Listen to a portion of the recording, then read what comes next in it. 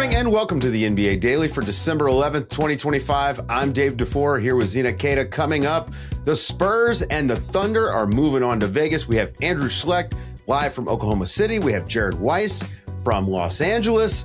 And Zena, man, we were wrong about those Spurs, but at least Wemby might be back on Saturday. Okay, we had a 49-point blowout in the NBA Cup quarterfinals last night. Zena, guess who it was? I mean, come on. Is it a team that's 24-1 now? You don't have to watch the Thunder to know what's going to happen in their games. Andrew Schlecht was at the game last night. 49-point win. Shai sat the last 15 minutes of the game. He didn't have to play after halftime. Andrew, what is going on with these guys, man? Yeah, Shai even was telling Mark, it's too early. It's too early for him to be pulled out of the game. His scoring average went down. 28 points. Yeah. The Thunder did beat the Suns by 49, which is now their largest margin of defeat in the history of their franchise. 49 points is pretty crazy. Yeah. The Thunder were on a mission pretty clearly, especially with no Devin Booker. The Thunder, I think, knew that they could just shut off the water really fast. Yeah. Because it's really hard. It's hard to create an advantage against the Thunder, period. It's even harder when you have essentially one ball handler, and it's Colin Gillespie, and he couldn't really create an advantage against the Thunder. And so if you don't have multiple guys that can do that, it's just pretty much over for you. And so that was kind of the case. The Thunder had basically one lull, and that was in the second quarter, but it was just for a few minutes. And they pretty much took care of business from there. They hit a ton of threes tonight. They were able to just kind of manhandle the Suns. And really the only recourse the Suns had was Grayson Allen just trying to shove Chet to the ground. And like, I don't know. Did you have a chance, Andrew? Have you seen the replay of that and Shai Gilgeous-Alexander's reaction to it? Yeah, it's really kind of incredible. But I mean, it's so funny. Grayson Allen really stuck him. Yeah, he did. Andrew, my question is, I mean, we can ask this of the fans, especially because the fans are going to be at NBA Cup. So we could definitely ask them this. But I want to know, for these guys, have you ever gotten a sense of how they keep it fun? When you're beating on teams this badly, this consistently, this dominantly, how do you refrain from it becoming boring for you? I think one of the things, and this is so apparent when you go into the postgame locker room, is that these guys just genuinely love being around each other. I mean, like, a lot of these guys are really close. You even think about like Shai and Lou Dort have been on this team together for a long time. Having guys like Jay Will in the locker room is huge for them. I mean, I walk in there, you would have thought that they like won their first game in a long time. They're so excited. You know, like they're like, the locker room is popping. Like nobody's complacent. Like they're all excited. They all love to play. I mean, I ask all the guys after the game, like, what are your thoughts on being in Las Vegas? And this is also like a part of kind of the ethos of their team. I asked probably 5 or 6 guys, hey, you're going to Vegas. What do you think? And like, they don't really care about being in Las Vegas. This is like not like a Vegas-y group, but there's like, I'm just excited to play basketball. Like, you know, like that's kind of like the tenors. Like they just love to play. Like they want to continue to play. They all crave to get better, and they love being around each other. And I think it's like those things that kind of keep them from being complacent. Like I think that they have big goals in mind and understand that like this night, like, yeah, we took care of business. We beat the Suns by 49.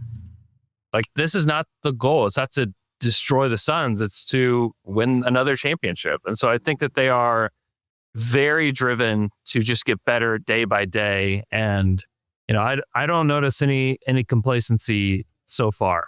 Yeah. Right. I mean, look, Chris Youngblood played 10 minutes in an NBA Cup game. That is the level of dominance that we're seeing from the Thunder. They moved to 24-1. Andrew, this is now tied with the 15-16 Warriors for the best start in NBA history.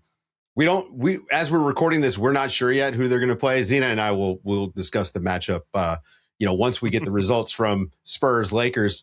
But look, this feels like a team that's running away with not just the regular season, I don't see how anyone beats them 4 times out of 7 at this point. Maybe the Nuggets, when they get to full strength, we're going to feel differently about them. The Nuggets also off to the best start in franchise history, kind of under the radar.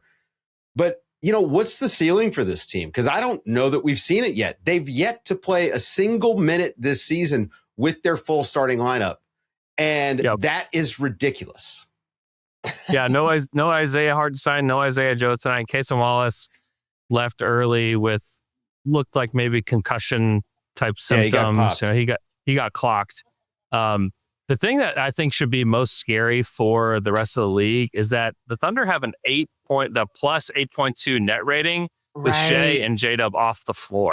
What? That's huge. Off the floor. And so they are finding ways to crush teams without Shai, without J-Dub. And it's really just like this chemistry. I was asking Jay Will, what's the difference between last year to this year? Like, you guys you're destroying teams. And like, you were good last year. Obviously, you won the championship, second best net rating of all time. You won 68 games, but like, you guys are clear. Like, there's clearly something different. And he said, really, it's all chemistry stuff. Like, it's just us knowing where guys want to get the ball. It's us communicating. He said the way that they communicate on the floor is different this year. They're all talking all the time. He said, like tonight, he said, I was, yelling to Shai about a screen. Shai said he didn't want the screen. And then Shai found his spot, pulled up, swish. He just said, like, their communication and their chemistry is just like continuing to rise. And like, that's like the main difference that he has seen throughout this. And the same, I was asking Kendrick Williams about it too. He kind of said something similar. And so, yeah, it's really about like building chemistry, building habits, right now. And they're doing it with or without Shai. I heard that by Steve Nash during their broadcast, is that they are third in net rating when Shai is off the floor. And my mouth dropped. I was like, yeah, that is a problem for the league. And it feels as if there's not, what else can we say about this team? And when you saw the second unit come in and you're like, and they're still dropping threes and they're still being physical. And there's just a through line of that ethos of non-complacency and just wanting to be the best you can be. I don't know how you develop that. On the broadcast, they also shouted out The Athletic. Thank you, Amazon. Let's go. They shouted out The Athletic writers, and particularly talking about the survey that recently came out about the best front offices. And we have seen that shot of Sam Presti, arms folded, watching on, looking on in the tunnel. And you just wonder, when Sam Presti looks at this team and he looks at that through line, who and how does he kind of share the blame of, and not even the blame, the credit really, of developing that? Because you could say, folks talk about the way Sam Presti brings these guys in and the way he talks to them and makes them feel really comfortable. And then you go to Dagnall, and then you look at the type of players that they've recruited into this program, and the way that Shai and all the way down the line, everyone is not satisfied. Like, how do you develop that? If you're another franchise that's on the cusp, that's trying to grow and break through, like, Andrew, you've been there. Like, how do you develop this? Who gets the credit? Yeah, I think it's there's like the Thunder have this like 4-headed monster basically that starts with the ownership group and Clay Bennett. And then it goes down to Sam, and it's to Mark, and it's to Shai. And it's like those 4 guys, everybody follows their lead. And also, Sam picks a particular kind of player. One, highly skilled for their position. If they have size for their position, great. If they don't, are they aggressive enough? Like, Lou Dort doesn't have great size for his position. He's aggressive. Same for Alex Caruso. Same for Casey Wallace. So they're looking for a particular skill set, and then they're looking for very specific personalities. Like, they want guys that are willing to fit in. Like, you look at some of the guys that they even passed on in the draft, like go look at the names. Like, there are guys that I don't know that would fit in the Thunder ethos. You have to have a specific personality. You have to be willing to sacrifice. There's just a lot of things that go into like picking these players. And even you look up and down the roster, there are very similar stories throughout the roster. The only exceptions are like Chet is one of the exceptions to this. Is like he was famous in high school, a guy that was like a high level pick, he was second pick in the draft. But you go through every guy like Shai, Lou Dort, J-Dub, Jay Will, Caruso, Kenrich, Aaron Wiggins, AJ Mitchell. These are all guys that were afterthoughts whenever they were in college. These were guys that weren't supposed to be here. Shai was not supposed to be the best player in the NBA. Jay Will wasn't supposed to be this good. J-Dub was supposed to be a role player. Like, they all have these stories, every single one of them. And I really believe that's a part of the ethos, is like these, almost this underdog mentality that like I have kind of built this on my own, my own brand. And like that same brand just exists throughout the entire roster. And I'll tell you, like, these guys they're also just like very like down to earth as NBA players can be. Like, they all kind of possess that. It's kind of strange. Like, I feel like I can have like easy conversations with every single guy on this roster. And there was a time where that wasn't particularly true in Oklahoma City. Yeah. Okay. We know that story. It is a different place. It is very unique from a lot of NBA teams. And I think it was all very, very intentionally built by Presti. Can I add one thing to all of that? Which I mean, obviously I agree with all that human part. We're glazing it on. Let's go. Well, this is underrated part of this. And I think it also helped the Spurs. Like, being in San Antonio was an advantage to the Spurs. Yeah. Being in Oklahoma City is an advantage to the Thunder. Yeah. And I like Oklahoma City a lot. We had a great time there, but I've been there a few times. I like Oklahoma City. There are fewer distractions than if you're in New York. Yeah. It's harder to do. The lights aren't as bright, so it's easier to kind of control things a little bit. The media is smaller. The scrutiny is less.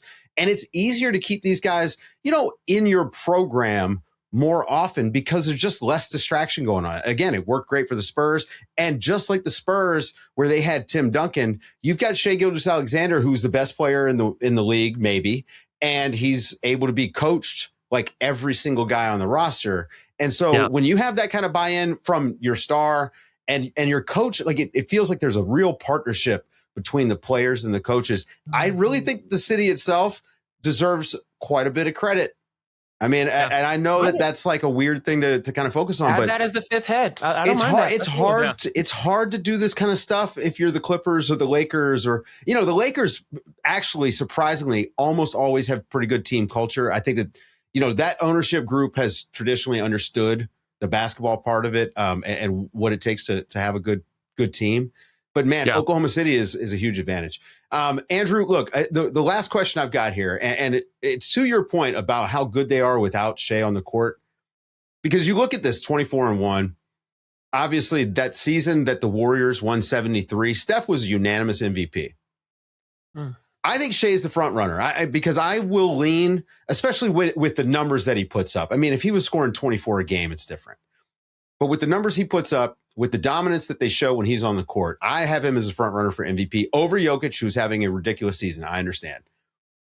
But there is going to be a point where the conversation is going to change. It's going to be like, wow, Oklahoma City is too good. Is Shai really the MVP because they're so good? Like, can you push back on that before it happens? Yeah, they're 24-1. I mean, like, this isn't normal. Right. And like, this doesn't happen by accident. There have been a lot of talented teams throughout the history of the league. I don't know that you would say like this is like the most talented team I have ever seen. You know what I mean? Like, I don't know that that's who they are. But I do think that they have a guy who's leading this group in Shai, and he's more efficient than he's ever been. That pull-up shot from the mid-range is a layup right now. Like, he is on track to have like one of the most efficient mid-range shooting seasons in the history of the league. Like, that's like who he is right now. Plus getting to the basket, plus getting to the free throw line, plus making threes. I mean, he was 3 of 4 from 3 tonight. Like, adding that to his game while also being a better passer than he was last year. Like, he continues to add to his game. You go all the way back to probably his middle school days. He's obviously gotten better, but like, it's harder to like reach new levels after you get to the league every single year. And just go look. Like, he's added something to his game every single year. And he won the MVP last year. He's a much better player this year. Like, he's a much better teammate on the floor. He's a much better shot maker. He's a much better passer. There's just it is kind of shocking because you watch him play last year and you think, oh, if this is his peak, like this is unbelievable. This is amazing. Finals MVP, like he swept all these awards, but he's better and the team is better too. And they're 24-1 right now. I don't know when their next loss is going to happen. I mean, like this Suns team is not bad. No, like, they're fun. They they're made scrappy. them look really bad. Yeah. Like, this Suns team they beat the Timberwolves and beat the Lakers in the past week. Like that's not a bad team, but like the gap between the Thunder and the rest of these teams is so wide right now, and like they don't play the Nuggets till February. You know, February. Yeah, I mean we're watching something special. And I keep telling people this. I have a Thunder show called Down to Dunk. I tell people, like, listen, you are watching one of like the best teams and some of the best players of all time right now. Like, like imagine going back and saying like you could go watch the 90s Bulls, or you could go watch, the 15 Warriors or whatever it was. Like if you can get in the building, if you can watch this team, like that's who you're watching right now. And it's pretty incredible. Dave, that argument about, is he too good to be given?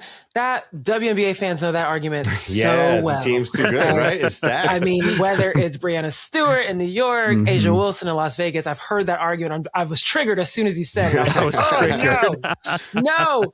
But I just want to ask, my last question is more team-wide and really about what we're seeing. This is an NBA Cup game. There are 2 games tonight, or last night, excuse me, and everyone's locked in and it's this 40-point blowout. And it's just like, oh man. And the frustration though is OKC is not only so good, but they're also not like the Miami Heat that we just watched yesterday, right? And the Orlando Magic, what we just watched, that were back and forth, quick pace. They are in the middle of the pack when it comes to their pace. They are methodical in the way that they move on the court. Is there, and the most part, when we see them run fast, it's because it's off transition, because they just disrupted something on defense. Like, is there any element for you, Andrew, like watching them play? And as a basketball head, of course, good basketball is fun to watch. But for the product, for the NBA at large, for the fans that are tuning in, and they're not seeing an up and down type of game, does that impact OKC's lore to become the Bulls, to become the Warriors, right? The teams that maybe someone that's like doesn't have a team is trying to latch onto. They're kind of like, oh, this isn't as fun and fast paced. Like Dave, you talked about that with Wes Goldberg yesterday about watching Miami, and it was fun, or 2 days ago. So just curious if you think that might impact their ability to be that fun team to latch onto, on top of being so dominant.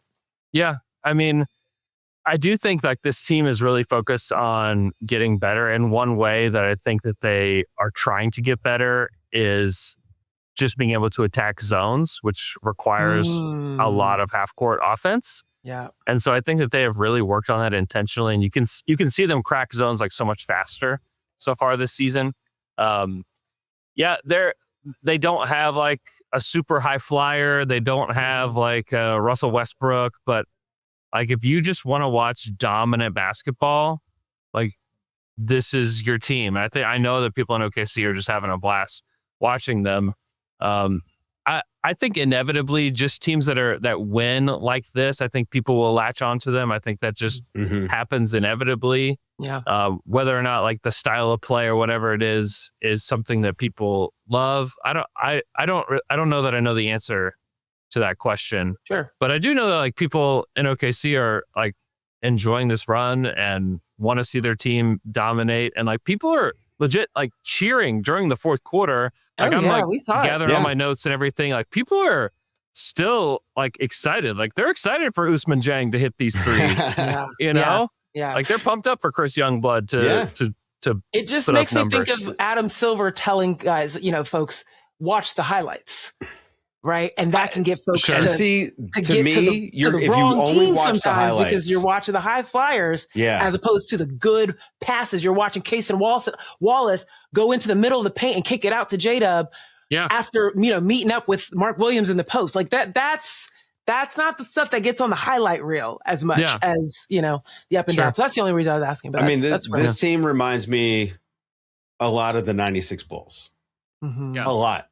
And watchability wise, same thing. The way they move the ball, and yeah, you've got your stars that it rotates around, but the ball movement otherwise, it's very similar. They got a lot of the same kind of players. I'm having a lot of fun watching this team. As a person who watches games 96. every night. Okay. Patience. Yeah, that's right. That's right. So, same here. Andrew, thanks for hanging out, man. I guess I'll see you Saturday. We'll all see each other Saturday. Let's go. That's right. Stick around, guys, after the break. Jared Weiss is here to talk about the Spurs and Lakers. Zena, I believe we owe the San Antonio Spurs an apology. None of us picked the Spurs to win. We did not believe in them without Wemby. We barely talked about the Spurs when we previewed this NBA Cup match that they just absolutely dominated over the Lakers. Luckily, our man Jared Weiss knew they were going to win. He was in LA. Jared. No, he didn't. Nobody thought they were going to win this game. We're making you prescient here. Listen, the Spurs, we're kind of underrating them. They've won some games. They've been really competitive without Wemby. And last night, no different. And, look, they were able to defend this Lakers offense that we've talked about. It's been supercharged. But the biggest thing, man, they were scoring like crazy. They put up 132 points. That's the most points the Lakers have given up all year.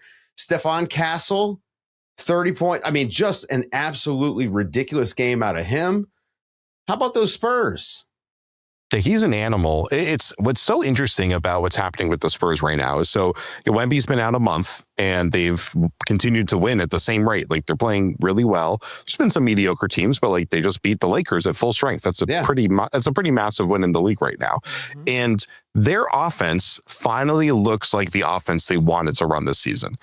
Now, the question is, what do they do? Let's say Wemby comes back for that game on Saturday against OKC. How do they maintain the flow and pace that they're playing with while also integrating one of the best players in the NBA? And I think we'll probably just see less post-ups, although maybe the post-up will be a good matchup against OKC if he does play. I mean, we still don't really know. But Coach Mitch Johnson from the Spurs gave a pretty good indicator that Wemby's trying to come back for that game, and they've got some time. But De'Aaron Fox ran the offense so well as Harper started to make his return, as Castle started to make his return. And just everybody else on the team was geared into the right place where guys like Barnes, Shampenny, Keldon Johnson, they're crashing the glass and they're getting second chance points. They're getting out and running and they're hitting threes. Now that they have 3 point guards who are just circling the paint over and over again, they're getting so many open threes and they have so many guys that are good in the post and good in the paint and crashing the glass. They just have that kind of complete recipe for a high octane offense right now. And we're talking about offense. I mean, it was really impressive to see the defensive effort they put up against the Lakers, really bothering the likes of LeBron and Luka and disrupting things, just putting the pressure on it. I mean, I think that's probably why I'm really excited to see the Spurs team go up against OKC is because of all the things you just laid out, that high octane offense. And then on top of it, a physical defense. Now, Jared, you've been watching them all season long. The physicality that we saw with the Lakers, I don't know if I remember seeing that as much all season long consistently. What have you made of their defense and how they've been able to pick it up in terms of just being more physical, being more present with those 3 point guards out there and the lack of Victor Wembanyama? Well, it's funny because Wemby's not out there, but Wemby was the one that came out at media day and he said, defense is non-negotiable on this team. If you're not defending, you're not playing. And you that's something a coach usually says. To hear that from the star player, it's also easy for him to say, Wemby screws up on defense all the time and then just turns around and blocks the shot. Let's be real, Victor. He gets away with a lot of it, but that's the point. He's a cheat code, right? He's allowed to make mistakes and then he cleans them up anyway. And this defense, and so defenses are all about how can we clean up when other people make mistakes. And this team is cut down on, I guess what I would call defensive turnovers, where you just make such a blunder, it's as if you've committed a turnover. And they've cut down on offensive turnovers. They had a good turnover advantage and points off turnover advantage until the very end when the game was out of hand. And so I think we're just seeing that there's a level of purpose on both sides of the floor and they're feeding into each other really well. And as we know in today's game, offense and defense, it's a continuum. It's you execute well on offense and you don't miss layups where your shooters are planted in the corners and you have good transition defense principles. You're going to be good on defense and then, vice versa. And so the big thing here is the Spurs have a bunch of guys that are pretty good size for their position. So their switchability is pretty viable.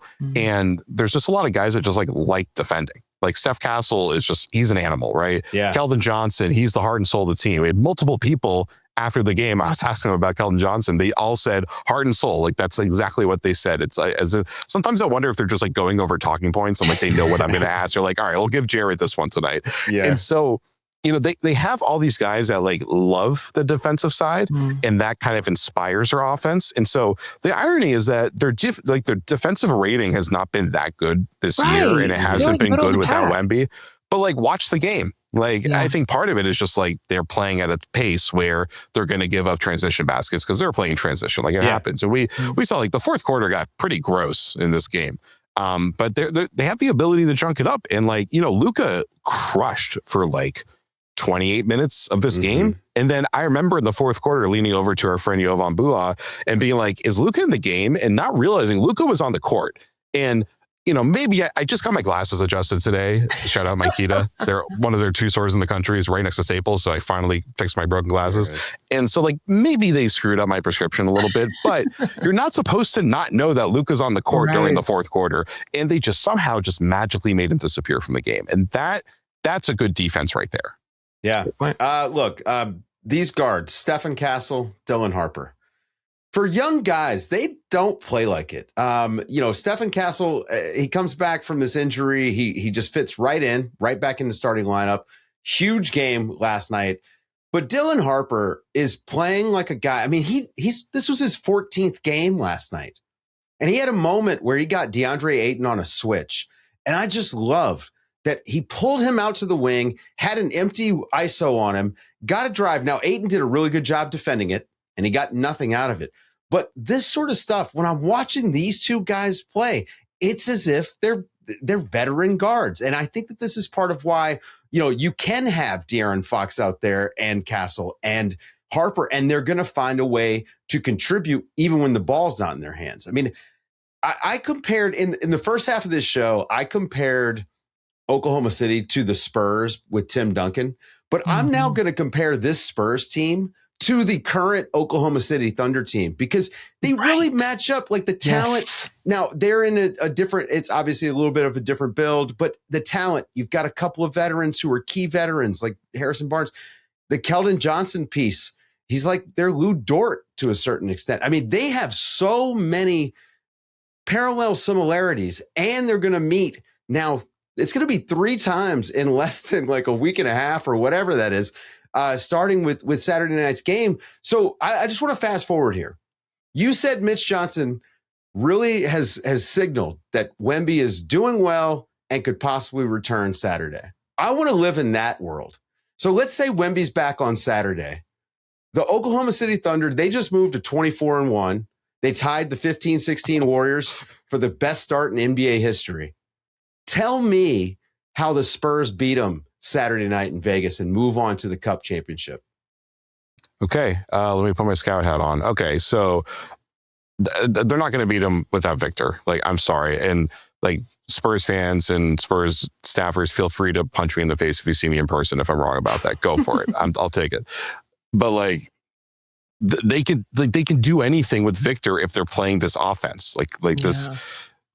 They're missing a top 5 player in the NBA, and we've always perceived there to be a pretty sizable gap between him and the rest of that team. And he's such a central player to the way they play. OKC, you take Shai off that team, and you have other guys that can try to emulate what Shai does on this. And then it's not a shot at Shai, just Shai is a very typically excellent, well-rounded wing/guard player. And there's other guys like that.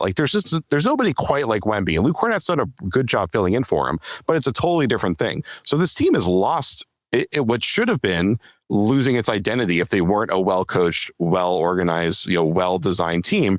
And yet they've continued it. So I'd imagine that they're going to transition well into Victor. Maybe not the first game, which is why this is tough, but they're probably going to transition well into playing this way with Victor out there. And I asked De'Aaron Fox after the game, how do you envision that? And he just talked about kind of an obvious one, but all right, let's say Victor gets a stop. He gets off the ball quickly. You have a fast break going, and then your 7'6" shooting center is the trailer on that, where it's like, if you just give him the ball while he's on the move, he's probably just going to like Michael Jordan Space Jam it from the 3-point line and throw it down with his arm stretching out 30 feet, which like, I make jokes about that all the time. Like, I'm still waiting for it to happen. I think it's going to happen at some point here. And so it is, if they can get into a transition game with OKC, which we've seen some games, like we saw with Indiana, there were some games where OKC had to play up tempo and Shai wasn't able to kind of squeeze the defense like he wanted to get, start getting to the free throw line over and over again. And you've got Victor in the trail with De'Aaron Fox, Steph Castle, Dylan Harper leading the break. 3 guys who are just like killing it in the open floor right now, especially Harper. Like, Harper, he had a pass late in this game to Harrison Barnes on the corner, and he just like hit the break so hard on like a 1-2 step in the paint, and then made the perfect pass to Barnes, and Barnes hit the shot missed the shot anyway. So it's not going to be a highly real play, but like it was for a 19-year-old, like a 19 and a half-year-old, like he's barely over the halfway mark on 19. I just couldn't believe it. So like if they can play an up-tempo game, which is what they've been doing, and Victor is the thing they're adding to that, it's very possible that they beat the Thunder. But also, I think the Thunder are going to go 81-1 at this point. It feels like it. They probably really are. And how about the one loss? They blew a 20-point lead. Yeah. That's crazy. So they're borderline undefeated. You talking about Dylan Harper, thinking about these guards that are just like slashing through defenses, made me think of Stan Van Gundy last night, saying, well, the Lakers are just going to have to find a way to guard. And it was such a basic sentence, but it was like, yeah, there's no way to stop the penetration that these guards are putting on the Lakers defense. We'll see what happens, of course, against OKC. But now my only question, we've been talking a lot of X's and O's. I think, Jared, you were the one with the question of the night around what the NBA Cup really, really means for some folks, but particularly to the heart and soul of the Spurs team, and that's Keldon Johnson, regarding the purchase of a farm animal, not your average one. Was that you that asked about the llama? Listen, llama red pajama, guys. You know what I'm saying? Okay. Like, hey, you're wearing red pajamas right now, aren't you? It's a burnt orange, but yeah. Close enough. I love a good burnt orange, but it's my color of the year. Pantone, get it together, guys. It's not white. What are you talking about? Nobody knows what I'm talking about now. Keldon Johnson, man, this guy, like, I was in Boston for a long time. So I've been around some like spiritual leaders of the team, or like Marcus Smart, who was in this game and was doing his Marcus Smart. He had a very Marcus Smart night. Like he knew you were in the 8 threes. You know what's funny? I didn't even talk to him this game. It's like the first time I ever talked to him before a game in forever. But I just saw him last week. It was fine. We caught up. But Marcus Smart has 3 games a year where he goes 8 for 12 from 3. You're like, who the hell is this guy? You have to win them because you got 3 gifts from nowhere and you got to capitalize. And they didn't even come close. Well, I guess they came close in the end. But like, and he was the only one scoring, right? Keldon Johnson, just like, he loves bleeding for this team, which is what reminds me about Smart.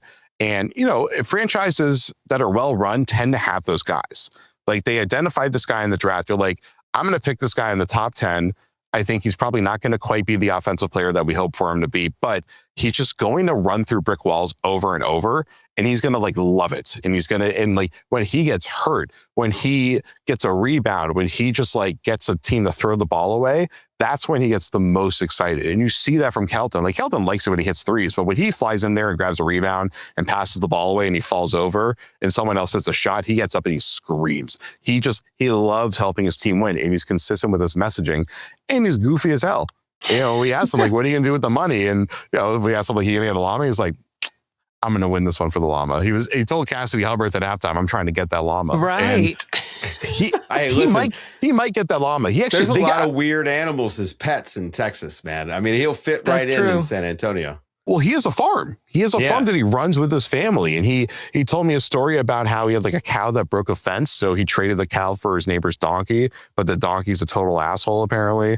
So he has to deal. So he has to deal with chemistry issues at home because he's dealing with this donkey that's going rogue out here. So you know he's going to be able to handle chemistry for the Spurs. There you go. This is how champions are made, guys. This is what really happens behind the scenes. It's all just about the donkeys and llamas. We're seeing the pedigree come out because of the NBA Cup. Respect the cup, y'all. More proof that the cup means more. Jared Weiss, thank you. Guys, go and read him at The Athletic. Again, I do this every time. Jared, one of my favorite writers. He really he can cover every part of a basketball team, X's and O's in the locker room. He's the best. Go read him. Jared, we'll see you in Vegas at some point, I think, maybe. Thank you for hanging out. Thank you to Zena Keita. I'm Dave DuFour. This has been the NBA Daily. Thanks for waking up with us.